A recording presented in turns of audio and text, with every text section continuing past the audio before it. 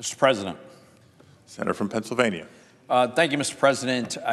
It brings me no joy to rise to say I told you so, but for nearly 5 years now, Americans have been paying the price, quite literally, for the Trump-Biden tariffs on imported steel and aluminum. And let me just remind my colleagues that tariff is just a word that we use sometimes to obfuscate the fact that these tariffs are just taxes on American consumers, a tax they pay when they purchase something that has the tariffed material in it. So I want to make 3 points about this today, Mr. President. First, that taxes generally, and these taxes in particular, do tremendous economic harm. Secondly, these taxes have been imposed by presidents from both parties and imposed unilaterally, increasingly, and without so much as a vote by the Congress. And third, this is all about to get much worse. This is what happens when Congress willfully abrogates its constitutional responsibilities over trade and tax policy to the executive branch. So let me start with the economic costs. So the fact is, there's no serious dispute in the economic world. These tariffs, these taxes, do much more harm than good. Now, I know supporters of these tariffs, including now the Biden administration, they will argue that this is necessary to protect American jobs. That's what they'll say. Well, there are roughly 140,000 workers directly employed in the steel industry in the United States. That's a big number, 140,000. But there are literally millions of American workers in industries that use steel or steel inputs made of steel, and their jobs are jeopardized by the higher cost that's created when we tax these products. By the way, these millions of Americans who work in the industries that use steel, they outnumber steel workers by a ratio of roughly 80 to 1. That's what we're talking about here. The Peterson Institute estimated that for every job saved by the Trump-Biden taxes on steel, the cost to American consumers was $650,000. Obviously, many times more than the average steel worker's salary. And these costs are all paid by price increases for consumers. They also cost people their livelihoods. By one estimate, the job losses from these tariffs alone have been as high as 75,000 jobs. This has included a lot of jobs, thousands of jobs, in my state of Pennsylvania. So I ask my colleagues a simple question. Is it ever really fair for the government to intervene in the economy in a way that ranks one person's right to earn a living higher than another person's? Is that really what this government should do, decide who gets to have a job and who doesn't? It's not a close call. It's flat out morally wrong for the government to be deciding which Americans get to work and which ones don't. And that's what's happening here.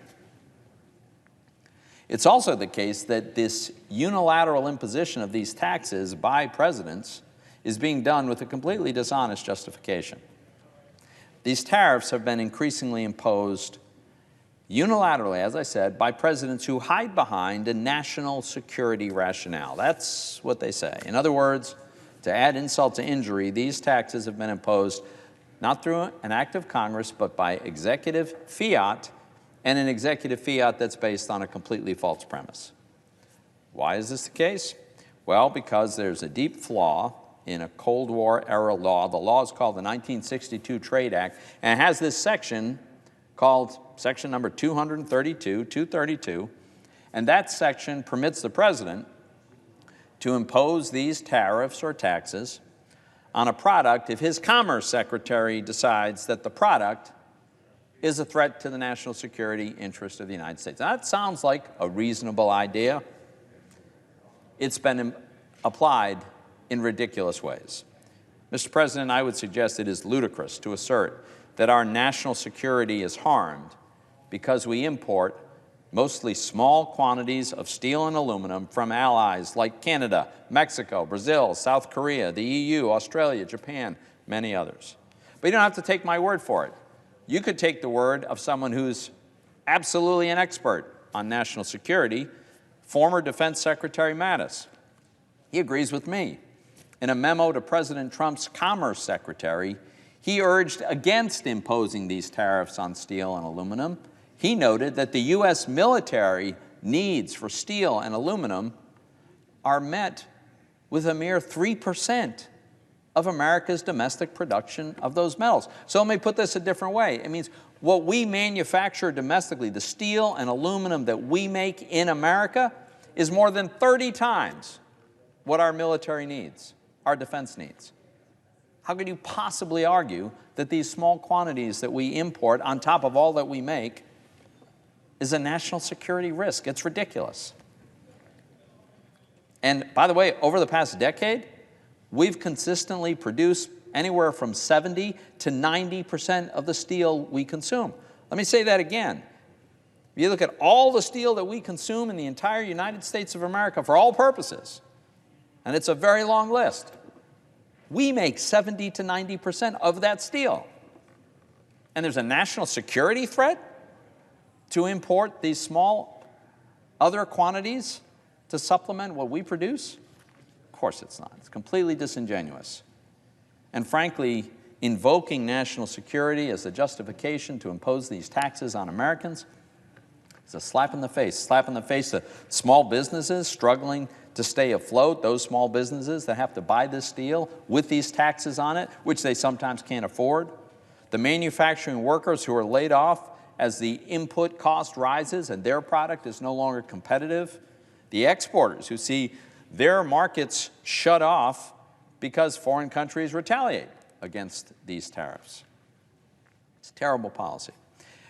And there's another problem with this, Mr. President. It's reasonable to ask a question. If the president can falsely invoke national security for the sake of imposing these taxes on steel and aluminum, is there anything that he can't put a tariff on using this justification? I mean, if he can use a false justification, I mean, you could falsely allege almost anything is related to national security, I suppose. Recent court decisions have implied that if there is a limiting factor, the administration certainly hasn't found it. In fact, the previous president seemed to think that after imposing tariffs, he could go back and double them or maybe triple them for any reason or for no reason at all. This is what's happening. It's exactly what the former president did when he doubled the tariffs he had earlier imposed on Turkish steel and aluminum. When this was challenged in a court, a majority gave him a pass, but one judge had a very incenseful dissent. He disagreed in writing, and he said, and I quote, "I fear that the majority decision in that particular case effectively accomplishes what not even Congress can legitimately do, to reassign to the president its constitutionally vested power over the tariff. I dissent." End quote. That judge is exactly right. He's exactly right. There's a separate instance where a judge, wanting to underscore the lack of any limiting principle on a president's ability to misuse this Section 232, he asked during an oral argument if the president could invoke national security under Section 232 to put tariffs on peanut butter. The lawyer defending the tariffs for the administration either couldn't or wouldn't directly answer that question. I know why he wouldn't answer the question, Mr. President. The reason is they didn't want to acknowledge even the possibility that there could be any limits on a president's ability to misuse the national security clause from Section 232, even if it's on peanut butter. So where does that leave us today? Well, I regret to inform my colleagues that this complete abandonment of any pretense that national security actually has to matter for the purposes of imposing these tariffs, the pretense is gone when the hypothetical case of peanut butter, but now it's arrived in reality and it's a lot worse than peanut butter. This is a whole lot like the administration is pursuing Section 232 tariffs on carbon dioxide emissions. Now, it's under the auspices of the Trump's 232 tariffs on steel and aluminum. The U.S. trade rep has just proposed a preliminary agreement with the European Union for a, quote, they call it carbon intensity regime for steel and aluminum trade. Here's how this would work. The new regime would use the threat of ultra-high tariffs on the steel and aluminum from other countries as a way to coerce them into implementing the administration's preferred climate policies. It's beginning to look a lot like Christmas for climate activists. In short, the administration's proposal creates a new trade club for countries with so-called green steel and aluminum. And even though they won't admit it yet, they're using Section 232 to justify this. Now, for countries to join this exclusive club, countries need to do three things. They need to prove that their carbon emissions for steel and aluminum fall below some level that the administration will conjure up. Second, they need to implement low and zero emission requirements for steel and aluminum in government procurement. And thirdly, they need to demonstrate that they're taking a hard line on trade remedies. Now, if a country qualifies for this club, congratulations. Your steel and aluminum will be subject to taxes on American consumers of between 0 and 25%, depending on your emissions. If you don't join the club, either because you can't qualify or you don't want to be saddled with these costs, why then Americans will be taxed much more severely. For countries outside the club who want to sell steel and aluminum, Americans will have to pay 25 to 70% taxes on those purchases. Mr. President, this idea has all kinds of very serious problems. First and foremost, it is a completely unbridled overreach of authority by the executive branch. The Office of the U.S. Trade Rep is clearly asserting that that office has power to establish carbon emissions policy for the U.S. and our trading partners. Last time I checked, even the EPA doesn't have that authority. Where does the USTR come off with this? They're also abusing the conditionally delegated national security powers to enact this sweeping tariff policy, which is the responsibility of Congress. Second is that the economic harm from this proposal is going to significantly compound the harm inflicted by the current 232 tariffs that are already in place. First, it'll result in a regime of increasingly managed trade in steel and aluminum that'll probably benefit a handful of select producers and a huge loss to everyone else. It'll hit many of our allies with increased tariffs, and that will result in retaliation against American exports. It'll devastate American manufacturers and downstream users who rely on steel and aluminum inputs for their business. And most importantly, it's going to dramatically raise prices for consumers at a time when inflation is still out of control. What makes this whole scenario really particularly egregious is that Congress never once voted on it. Not once. Not one of my colleagues in this body or the other had the opportunity to go on record either for or against these, in fact, had any meaningful say in this. Now, I suspect some of my colleagues are perfectly okay with that. But, Mr. President, as I warned my colleagues on both sides of the aisle years ago, this abuse of Section 232 will haunt us like a protectionist Frankenstein unless Congress reins in executive abuse of this law. Now, let me be clear. It's never appropriate for a president of either party to use national security authorities to achieve unrelated policy goals. To be dishonest about what's really going on here is not acceptable. Past presidents used to understand this.